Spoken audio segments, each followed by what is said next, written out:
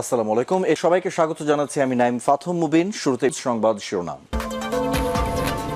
বাংলাদেশের সর্বশেষ গুরুত্বপূর্ণ আপডেট সংবাদে আপনাকে স্বাগত। শুরুতেই সংবাদ শিরোনাম, পরে বিস্তারিত। প্রথমেই জানাবো আমাদের হাতে থাকা সর্বশেষ গুরুত্বপূর্ণ সবথেকে তাজা আপডেট সংবাদ। ডক্টর জাহিদ ইস্যুতে ভারতীয় ভারপ্রাপ্ত হাই কমিশনারকে পররাষ্ট্র মন্ত্রণালয়ে তলব। ঢাকায় নিযুক্ত ভারতের ভারপ্রাপ্ত হাই কমিশনার পাওয়ান রারেকে পররাষ্ট্র মন্ত্রণালয় তলব করেছে বাংলাদেশ সরকার। গতকাল বাংলাদেশের প্রধানমন্ত্রী তারেক রহমানের তথ্য উপদেষ্টা ডক্টর জাহিদুর রহমানকে দিল্লিতে ঢুকতে দেওয়া হয়নি, তাকে দেশে পাঠিয়ে দেওয়া হয়েছে এই ঘটনায়। তাই ভারতের ডেপুটি হাই কমিশনার পাওয়ান রারেকে পররাষ্ট্র মন্ত্রণালয়ে তলব করা হয়েছে। জানা গেছে যে তাকে ডেকে নিয়ে তারপর প্রতিবাদ জানানো হতে পারে। জানাবো সিলেটে হাম এবং নিউমোনিয়ায় ৬৯ শিশুর মৃত্যু, হাসপাতালে ভর্তি ২৯৭। সিলেট বিভাগে হাম এবং নিউমোনিয়া পরিস্থিতি নিয়ে উদ্বেগ আরও বেড়েছে। পর্যন্ত হাম এবং নিউমোনিয়ায় আক্রান্ত হয়ে ৬৯ জন শিশু এবং এক নার্সের মৃত্যু হয়েছে। ২৪ ঘন্টায় নতুন করে ৮০ জন রোগী হাসপাতালে ভর্তি হয়েছে এবং ল্যাব পরীক্ষায় আরও ৪ জনের হাম শনাক্ত করা হয়েছে। বর্তমান বিভাগের বিভিন্ন সরকারি ও বেসরকারি হাসপাতালে ২৯৭ জন রোগী চিকিৎসাধীন। এদিকে বাতিল হচ্ছে আব্দুল হান্নান মাসুদের এমপির পদ, দাবি রাশেদ খানের। নির্বাচনী হলফনামায় মিথ্যা তথ্য দেওয়ার দায়ে বাতিল করা হচ্ছে হাতিয়ার সংসদ সদস্য আব্দুল হান্নান মাসুদের এমপির পদ। এবার এমনই চাঞ্চল্যকর দাবি তুলেছে বিএনপির নেতা রাশেদ খান। তিনি আজ সামাজিক যোগাযোগ মাধ্যমে এমন উদ্ভট ও পাগলের প্রস্তাব দিয়েছেন। এরপর জানাবো বেনজিরকে ফেরানোর প্রক্রিয়া শুরু করেছে দুদক, বললেন আক্তারুল। সাবেক পুলিশের মহাপরিদর্শক আইজিপি বেনজির আহমেদকে বাংলাদেশে ফিরে আনার প্রক্রিয়া শুরু হয়েছে বলে জানিয়েছে দুদকের উপপরিচালক জনসংযোগ মোহাম্মদ আক্তারুল ইসলাম। তিনি বলেছেন ইতিমধ্যেই তাকে ফেরানোর প্রক্রিয়া শুরু হয়েছে। এবং সর্বশেষ জানাবো ব্রাজিলে হেলিকপ্টার দুর্ঘটনায় মার্কিন সঙ্গীত শিল্পী অলিভার টি নিহত। ব্রাজিলের রিও ডি জেনেরিওতে দুটি হেলিকপ্টারের সংঘর্ষে জনপ্রিয় মার্কিন পপ সঙ্গীত শিল্পী ও ইন্টারনেট ব্যক্তিত্ব অলিভার টি নিহত হয়েছে। দুর্ঘটনায় মোট ৬ জন প্রাণ হারিয়েছে। প্রিয় দর্শক, এতক্ষণ শুনছিলেন সংবাদ শিরোনাম, এবারে বিস্তারিত। তবে তার আগে বন্ধুরা অনুরোধ থাকবে এই সংবাদটিতে একটি লাইক দিন। এই চ্যানেলে আপনি নতুন হয়ে থাকলে আমাদের সংবাদটি দেখতে দেখতে চ্যানেলটি সাবস্ক্রাইব করে রাখুন। কমেন্ট করে বন্ধুরা আপনার মূল্যবান মতামত জানিয়ে দিন আপনি বিশ্বের কোন দেশ থেকে বা বাংলাদেশের কোন স্থান থেকে আমাদের সংবাদটি দেখছেন এবং শুনছেন। আর বন্ধুরা, সংবাদটি আপনার সোশ্যাল মিডিয়া ফেসবুকে শেয়ার করে বন্ধুদেরও দেখার সুযোগ করে দিন। গাজা যুদ্ধে আপনি যদি নিরীহ ফিলিস্তিনিদের ভালোবেসে থাকেন বন্ধুরা, নিরীহ ফিলিস্তিনিদের ভালোবেসে থাকলে কমেন্টে ইয়েস লিখে পুরো বিশ্বকে আমাদের এই তাজা আপডেটটি দেখার সুযোগ করে দিন। এবারে বিস্তারিত। সিলেটে হাম এবং নিউমোনিয়ায় ৬৯ শিশুর মৃত্যু, হাসপাতালে ভর্তি ২৯৭ জন। সিলেট বিভাগে হাম এবং নিউমোনিয়া পরিস্থিতি নিয়ে গভীর উদ্বেগ প্রকাশ করা হয়েছে। পর্যন্ত হাম ও নিউমোনিয়া আক্রান্ত হয়ে ৬৯ শিশু এবং এক নার্সের মৃত্যু হয়েছে। গত ২৪ ঘন্টায় নতুন করে ৮০ জন রোগী হাসপাতালে ভর্তি হয়েছে এবং ল্যাব পরীক্ষা আরও ৪ জন হাম শনাক্ত হয়েছে। বর্তমানে বিভাগের বিভিন্ন সরকারি বেসরকারি হাসপাতালে ২৬৯ জন রোগী চিকিৎসা রয়েছে। সিলেট বিভাগীয় স্বাস্থ্য পরিচালক ডাক্তার মাহবুবুল আলম কালবেলাকে বিষয়টি নিশ্চিত করেছেন। দুপুর ১টায় স্বাস্থ্য অধিদপ্তর সিলেট বিভাগীয় কার্যালয়ের প্রতিবেদন সূত্র থেকে জানা গেছে, চলতি বছরের ১ জানুয়ারি থেকে পর্যন্ত সিলেট বিভাগে মোট ৩২২ জন হাম শনাক্ত হয়েছে। আক্রান্তদের মধ্যে সুনামগঞ্জে সর্বোচ্চ ১৭৭ জন, সিলেটে ১০৫ জন, হবিগঞ্জে ২৪ জন এবং মৌলভীবাজারে ১৬ জন রয়েছে। হবিগঞ্জে আক্রান্তদের মধ্যে ২ জন রুবেলা রোগীও শনাক্ত করা হয়েছে। গত ২৪ ঘন্টায় সন্দেহভাজন হাম নিয়ে নতুন করে ৮০ জন রোগী বিভিন্ন হাসপাতালে ভর্তি হয়েছে। এর মধ্যে শহীদ শামসুদ্দিন আহমেদ হাসপাতালে ২৭ জন, Sylhet MAG Osmani medical college হাসপাতালে ২৯ জন, উইমেন্স মেডিকেল কলেজ হাসপাতালে ১ জন, কানাইঘাট উপজেলা স্বাস্থ্য কমপ্লেক্সে ১ জন, মৌলভীবাজার জেলা সদর হাসপাতালে ৫ জন রয়েছে। সারা দেশ জুড়ে এমন অসংখ্য হামের রোগী ছড়িয়ে পড়েছে। মূলত বিএনপি সরকার আসার পরও তারা হাম প্রতিহত করতে সম্পূর্ণরূপে ব্যর্থ হয়েছে। তাদের এই ব্যর্থতার কারণে মূলত নতুন করে এক ভয়াবহ বিপর্যয়ের মধ্যে পড়েছে বাংলাদেশ। নতুন করে এই সমস্যাগুলো আসলে সমাধান এই মুহূর্তে অত্যন্ত জরুরি হয়ে পড়েছে। বিষয়গুলোকে খুবই গুরুত্ব সহকারে দেখভাল করা হচ্ছে বলে এমন কথাই উল্লেখ করা হয়েছে।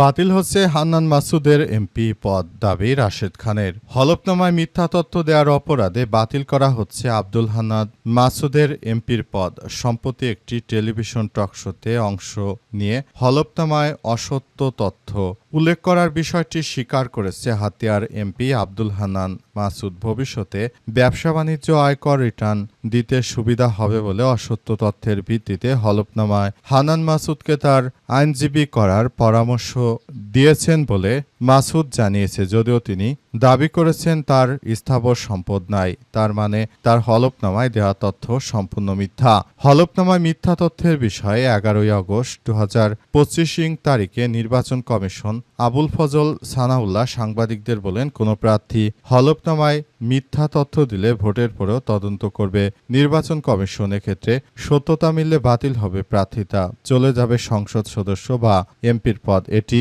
নির্দিষ্টভাবে বিধান আরপিওতে সন্নিবেশ করা হয়েছে।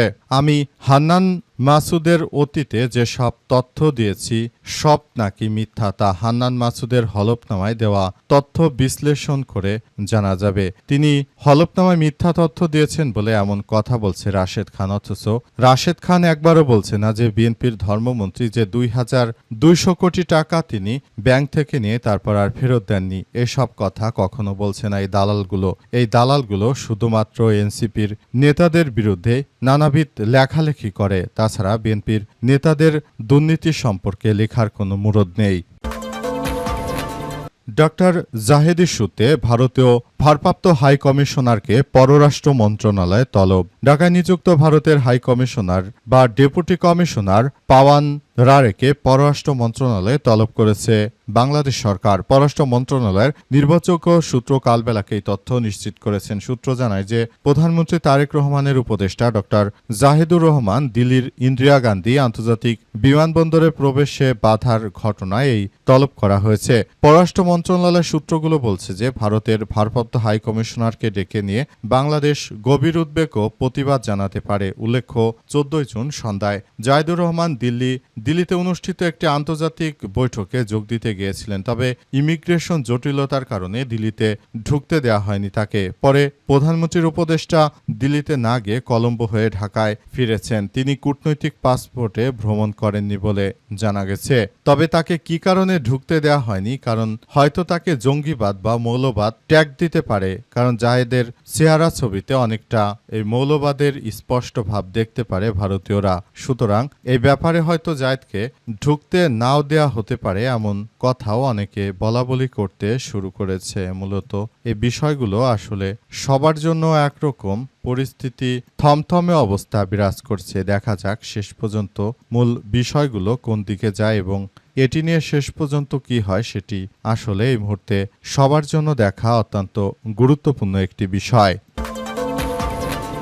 বেনজিরকে ফেরানোর প্রক্রিয়া শুরু করেছে দুদক, বললেন আক্তারুল। বেনজিরকে দেশে পাঠানোর বিষয়ে বাংলাদেশকে চিঠি দিল আমিরাত। সাবেক পুলিশের মহাপরিদর্শক আইজিপি বেনজির আহমেদকে ফিরে আনার প্রক্রিয়া শুরু হয়েছে বলে নিশ্চিত করেছে দুদকের পরিচালক মোহাম্মদ আক্তারুল ইসলাম। তিনি বলেছেন ইতিমধ্যেই তাকে ফেরানোর প্রক্রিয়া শুরু হয়েছে। শীঘ্রই আরব আমিরাত সরকারকে অনুরোধ করা হবে এবং চিঠি পাঠিয়েছে তারা।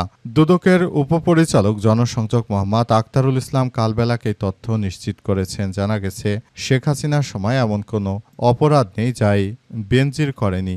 বেনজিরের অপরাধের ফিরিস্তি এতটাই ব্যাপক ও বিস্তৃত যে বাংলাদেশের মানুষ বেনজিরের অপরাধের কর্মকাণ্ড শুনে সবাই হতচকিত হয়ে পড়েছে। দেশের সাধারণ জনগণ মনে করে যে এই বেনজিরের মতো কুখ্যাত সন্ত্রাসী যারা রয়েছে তাদেরকে আসলে অবশ্যই দেশে ফেরত আনা এই মুহূর্তে অনেক বেশি প্রয়োজন। বেনজিরের মতো ব্যক্তিত্বরা বাংলাদেশ থেকে মানুষ হত্যা করার পর 5ই আগস্টের পরও বেনজির দেশে ছিল। এরপরই বেনজিরকে কিছু অসাধু পুলিশ কর্মকর্তারা এয়ারপোর্ট দিয়ে বিদেশে পালাতে সহযোগিতা করে। এরপর দেখা গেল যে বেনজিরকে অবশেষে দেশে ফেরত আনা হচ্ছে। দুবাই পুলিশ তাকে গ্রেপ্তার করার পর মূলত বেনজিরের বিষয়টি চর্চায় চলে আসে। সবাই বলাবলি করছে যে বেনজিরকে ফেরত এনে তারপর আইনের শাসন অবশ্যই কার্যকর করতে হবে সরকারকে, কারণ এই বেনজিরই শাপলা চত্বরে সেদিন মামুনুল হকদের উপর গণহত্যা চালিয়েছিল। এমন ঘটনা আসলে বাংলাদেশের জন্য এক মর্মান্তিক ও ভয়াবহ বিপর্যয়কর পরিস্থিতির সৃষ্টি করেছে। সুতরাং এখন বিষয়গুলো নিয়ে সবাই অনেক বেশি আসলে সতর্ক অবস্থানে রয়েছে এবং সবাই মনে করে যে বেনজিরের মতো লোকদের অবশ্যই শাস্তি হওয়া উচিত, কারণ এই বেনজিরেরা মূলত এমন কিছু কার্যক্রম আসলে করেছে যেটা সারা দেশের মানুষকেই হতচকিত করে ফেলেছে।